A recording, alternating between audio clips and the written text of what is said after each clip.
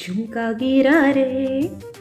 झुमका हम में से कई इंडियन लड़कियों की फेवरेट ऑर्नामेंट लिस्ट में आता है, लेकिन क्या कभी आपने झुमके के पीछे का इतिहास जानने की कोशिश की है, इसका ओरिजिनेशन वगैरह? नहीं तो आज जानते हैं हिस्ट्री ऑफ झुमका। झुमके का ओरिजिनेशन इंडिया में ही हुआ था।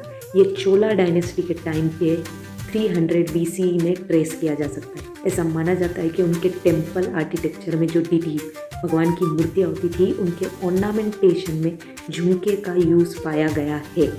धीरे धीरे चोला पीरियड के अंदर जो टेम्पल में डांस करने वाली डांसर्स थी, उनको भी ऐसा लगा कि जो टेम्पल का आर्किटेक्चर है चोला का, ये इतना बेमिसाल है और यहाँ की जो बेल्स, घंटियाँ और जो इंट्रिकेट डिज़ाइंस है वो हमारे डांस फॉर्म में भी रिफ्लेक्ट करें। तो उन्होंने खुद के लिए भी झुमके का यूज़ करा भरतनाट्यम वगैरह डांस में। उन्होंने जैसे जैसे डांस करना शुरू करा झुमके के साथ, तो झुमका भी फ्लूइड था, वो इधर उधर ऐसे हिल सकता था, जिससे उनके डांस की शोभा और बढ़ गई इस ऑर्नामेंट के ज़रिए। क्योंकि उस टेम्पल आर्किटेक्चर का उन्होंने थोड़ा सा कुछ अंश अपने झुमकों में भी डाल दिया। और धीरे धीरे करके झुमके की कहानी यहीं ख़त्म नहीं हुई। जब तक मुग़ल शासन आया तो उन्होंने भी झुमके के अंदर कान फूल निकाल दिया, यानी कि झुमके के साथ साथ यहाँ पे फूल बना दिया और नीचे डोम रहने दिया। उसके बाद एक चेन लगाई यहाँ से इसके वेट को बैलेंस करने के लिए, जिसे सांकली कहा जाता था।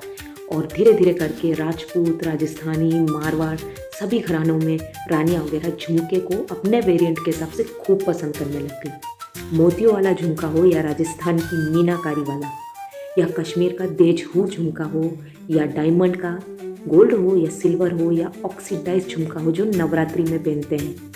झुमका हर किसी की आज पसंद बन चुका है। तो अगली बार जब झुमका पहनो तो इसके इतिहास को ज़रूर याद रखना और मुझे कमेंट में बताना कि इंडिया की झुमका सिटी किसे कहते हैं। So this was history of झुमका गिरा रे।